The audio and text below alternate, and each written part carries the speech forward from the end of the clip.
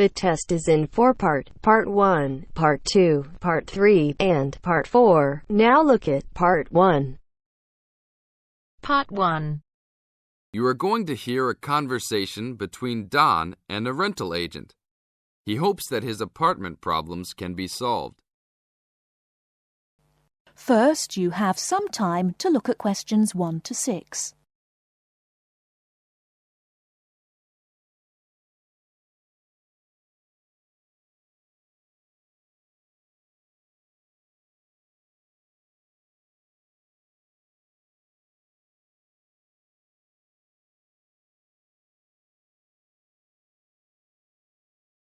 We shall begin. You should answer the questions as you listen, because you will not hear the recording a second time. Listen carefully and answer questions 1 to 6. Good morning. I am a rental agency. How can I help? Oh, hello. I'm ringing about some problems I'm having with my apartment. Yes, of course. If I can just get a few details first. What's your name? Don Chester. How do you spell that? Chester. Okay. And the address? Apartment 4, 18 Ruby Lane. Ruby Lane. And that's in Newbridge. Oh, yes, I know the one. Could I ask how long is the lease? It's for a year. And you moved in on? Last week, on 24th May. Good, thanks. Now, what are the problems you found? Well, nothing too serious, but a few things that have been building up over a few days. Yes, of course. Well, the first thing is the fridge. The seal on the door is decayed, and we have a small child and need to keep milk cool, so we need to get that done straight away. Okay, that's the fridge for immediate repair. And then there's a little problem with the gas water heater. Uh-huh. The switch is broken. Right. It's not serious and we can still use it. But if you can send somebody over in the next couple of weeks or so, that'd be great. Okay, I've got that. Then we're worried about the front windows. Are they broken? No, but there are no blinds on them. And with privacy these days. And when would you like those done? Oh, it's not really urgent. But there are only thin curtains on the windows, and people are walking past. Yes, we'll have those done for you by next week, don't worry.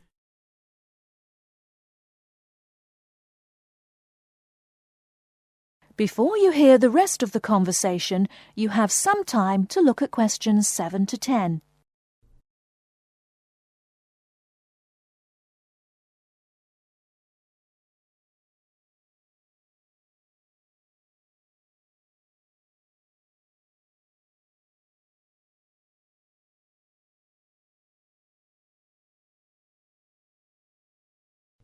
Now listen and answer questions 7 to 10.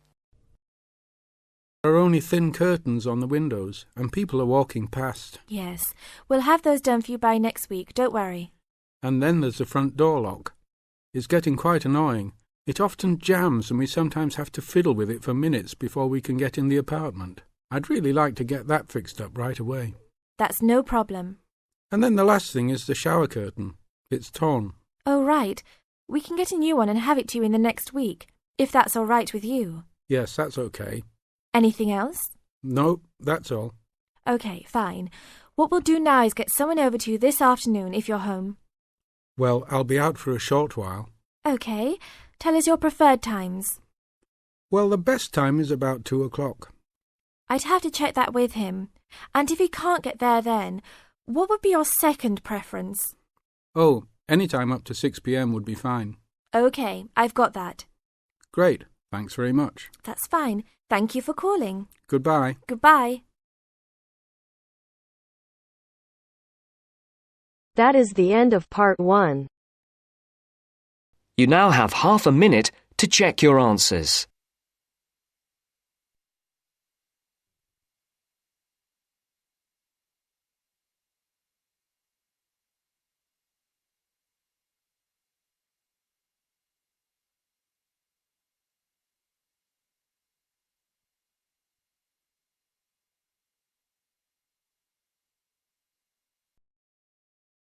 Now turns to Part 2. Part 2. First, you have some time to look at questions 11 to 16.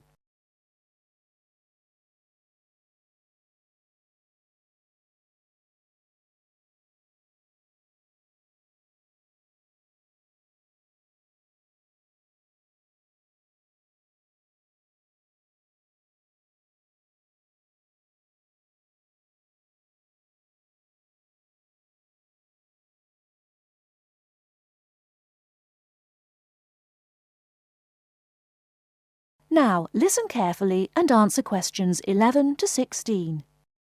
I'm here today with Helen Warner, who has been a vegetarian for many years and is going to talk a little about vegetarianism. Helen, the concept of vegetarianism seems to have interested a number of our listeners, who have sent in some questions.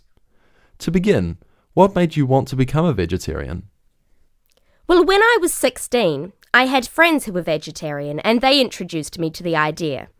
My parents were typical of their generation and ate meat at least 3 or 4 times a week, so I didn't really think about it too much until a few years later.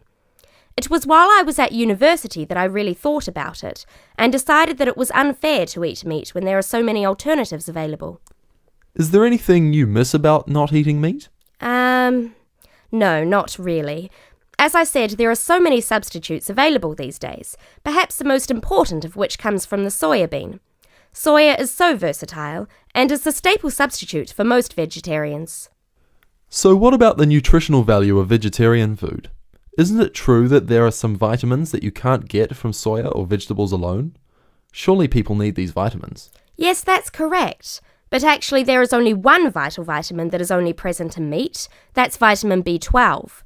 Most vegetarians are aware of the implication of this and actually take B12 supplement in the form of tablets. Of course, the way you cook vegetables is also very important in preserving vitamins. Many countries, particularly the UK, have a reputation for overcooking vegetables. Water-soluble vitamins, where the vitamins are dissolved into the water, are often lost. Vitamin C is a common example. However, the loss of vitamins can be avoided by microwaving or steaming vegetables, which is what I do whenever I cook. Some people don't want to change their cooking habits too much, so if you do boil them, simply cut down on the cooking time. So a vegetarian diet is fairly healthy then? Oh yes. A lot of people believe that vegetarianism is unhealthy, but that's actually not the case. Vegetarians are actually considerably healthier than many meat eaters. Consider for a minute the health aspects of the incredible amount of meat this country and others like it consume. The statistics for beef eating, for example, are quite frightening. The world figure for beef consumption is slightly less than 11 kilograms per person each year. Yet in Europe, the average consumption is nearly double that at 21 kilos per person. And in the USA, it is even worse, with the average person eating 44 kilograms of beef every year.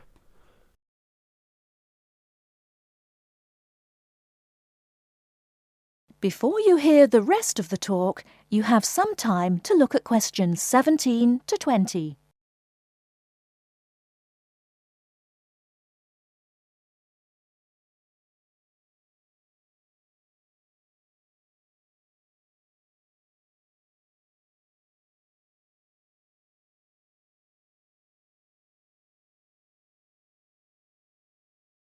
Now listen and answer questions 17 to 20. So are you suggesting that people stop eating meat altogether and everyone adopts a vegetarian lifestyle? No, not at all. Even in the healthiest diets, there is still a place for meat, but it should be eaten in moderation. Many nutritionists think of foods in terms of a pyramid, with the foods we can eat relatively freely at the bottom and the foods we should carefully restrict at the top. The majority of our diet should be composed of cereals, which would go on the bottom row of the pyramid. In this category could also be included such things as rice and pasta. Next, a good diet is followed by a roughly equal amount of vegetables and fruit. I have at least 2 servings a day of fruit and vegetables whenever possible. In decreasing quantities, you can then eat dairy foods, eggs, cheese, etc.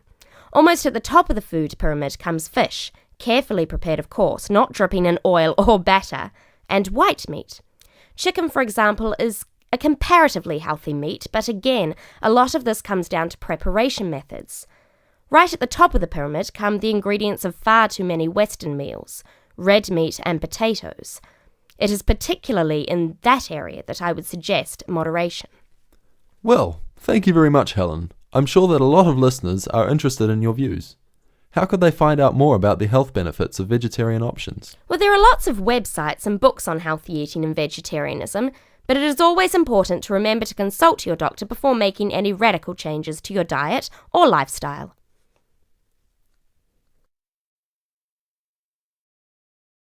That is the end of part 2. You now have half a minute to check your answers.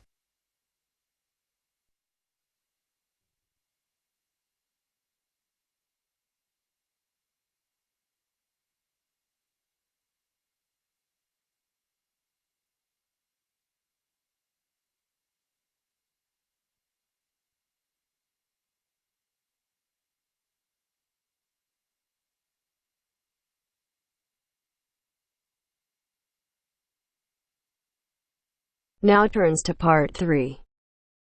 Part 3. Now turns to part 3. Part 3. You will hear a tutor giving some business students instructions about a finance project. First, you have some time to look at questions 21 to 26.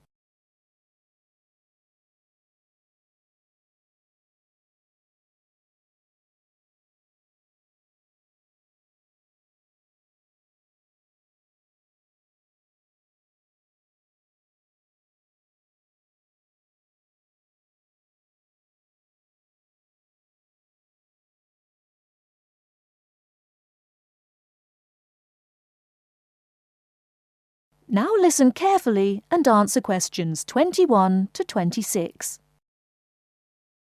OK, can you quieten down, please? Now, today I'm going to talk to you about your assignment. We've been studying the effects of the exchange rate, so I'm going to give you a project to do on this. Right, can you make some notes while I'm talking? The first thing that I'd like you to do in order to prepare this is to select where you're interested in. I mean, which country, and therefore which currency you're going to be operating in. OK, now the purpose of the project is to make money, and I'm hoping some of you will make a significant amount. So, I want you to suppose that you have £100 that you will have to invest purely in the rises and falls of the exchange system. In other words, you'll be trying to predict rates. This is a project that you'll be doing together, but before you work together, you'll have to go off and research what you need to know about the economy of that country and how well it's doing or is expected to do in the near future. You could all make up a little information sheet with your notes on, clearly legible, because then I want you to get together, we can do that next week, and to go round and read about each other's countries. When you see how well or badly each country is doing, I want you to decide what your exchange rate is going to be against all the other currencies. After that is all sorted, what you're going to do is go round the other students and attempt to sell your money to the others. Remember, this will depend on the success of your country's economy and the rate you fixed for your currency. Now, you're not allowed to just swap currencies with each other, but you may wish to buy from the other countries. But you must do a proper transaction. All the way through this, you must keep your accounts properly for each transaction. I'll give you 1 week to do this, and then we will set a time for the deals to finish, a bit like the stock exchange. And at that point, I will ask you to calculate how much you have made. Is that clear? Before you hear the rest of the talk, you have some time to look at questions 27 to 30.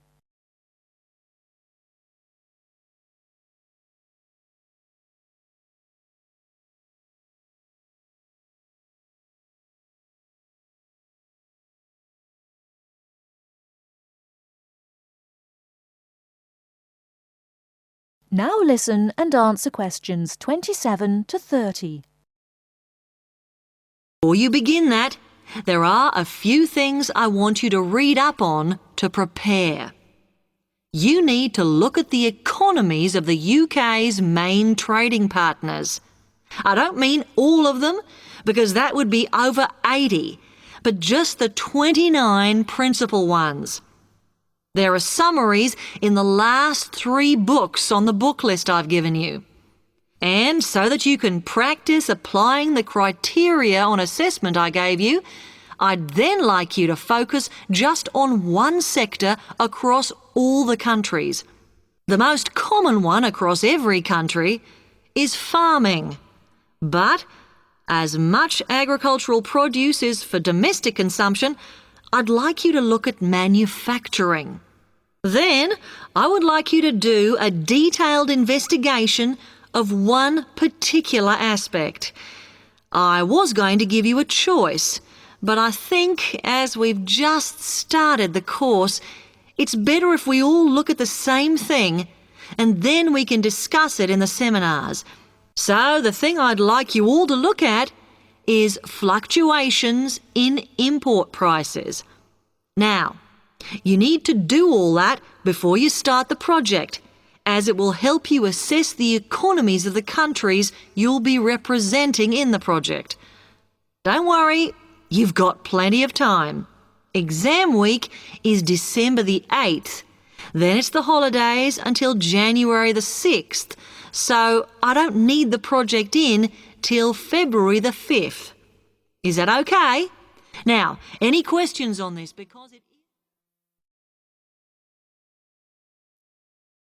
That is the end of part 3. You now have half a minute to check your answers.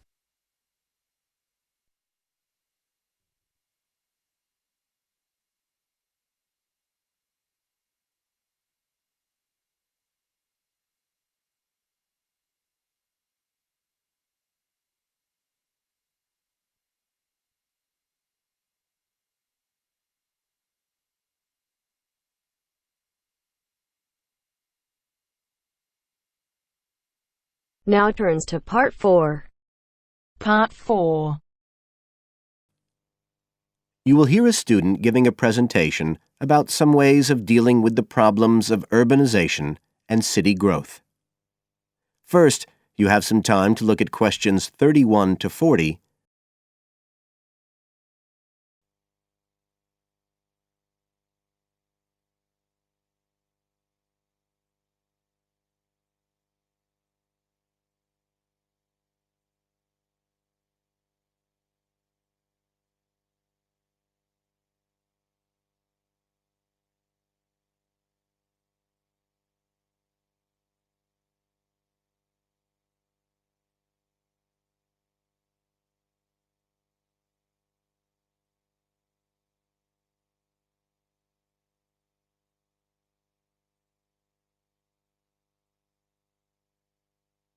Now listen carefully and answer questions 31 to 40.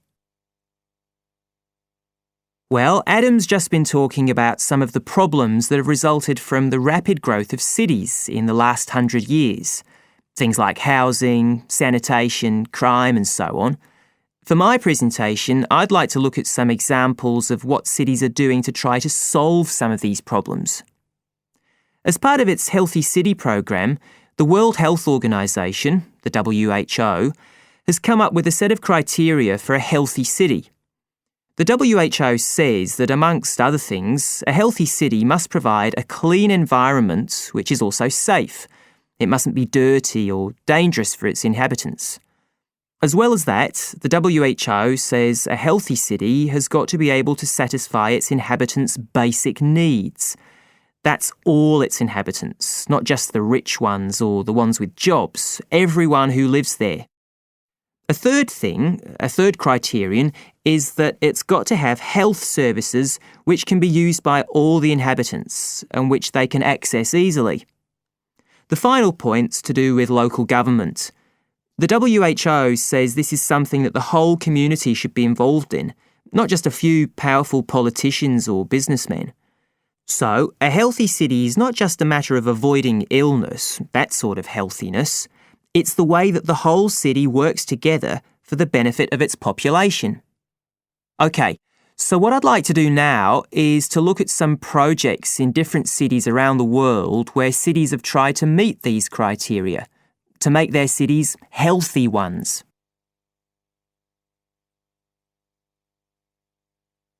Right. The first project I'm going to discuss took place in Sri Lanka, and this project was called the Community Contract System. Its aim was to improve the places where the poorest section of the population lived, the squatter settlements. Basically, the problem was lack of infrastructure, things like drains, paths, wells for water and so on. So, a program was set in place to construct this infrastructure. But what was different about it was that the residents did this, the people who actually lived there, not people from outside. And this meant that not only did the people end up with improved housing and infrastructure, but also, because they had contracts with the community, it improved their chances from an economic point of view. So that's a way the lives of people in one urban environment were improved. The next project I'd like to discuss took place in the capital city of Mali in West Africa. This project involved setting up a cooperative to try to solve the problems of sanitation in the old central quarters of the city. One of the main problems was a lack of a system for garbage collection, which meant that there were a lot of insects, and this was causing disease. And again, it's interesting to look at who was involved in dealing with this problem. In this case, the cooperative involved students who had graduated from secondary school in getting a system going. As well as that, the cooperative set up a campaign to educate the public about the importance of good sanitation through showing films and setting up discussion groups among the local people, especially women and adolescents. And the outcome was an increased environmental awareness, which led to changes in household behaviour, as well as improved living conditions. OK, the third project was in Egypt, just outside the capital, Cairo, which is a city that's grown very rapidly in the last few decades. This project was based in a women's centre in a poor area called Makatam. The aim of the project was to support girls, young women from the area from poor families. So these were women who had no education. They'd never been to school, so they were totally illiterate, and they had no chance of getting jobs. At the Women's Centre, they were shown how to sew and how to weave, and once they'd learned these skills, they were given the equipment, a sewing machine or a loom, so that they could make things to sell and had a chance of earning their own living. And this project has meant that these young women have greater status in the community, but as well as that, they can enjoy a better quality of life. So I don't think the problem is that cities are bad. This world and its cities have the resources to provide for the population that lives there. What it takes is a stronger will and a better distribution of resources.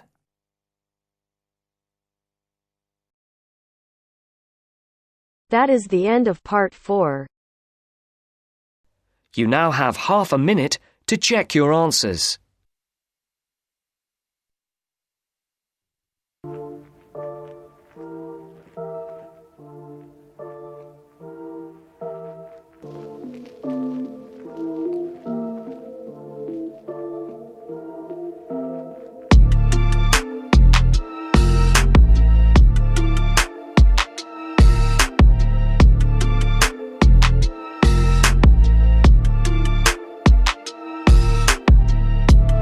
That is the end of the test.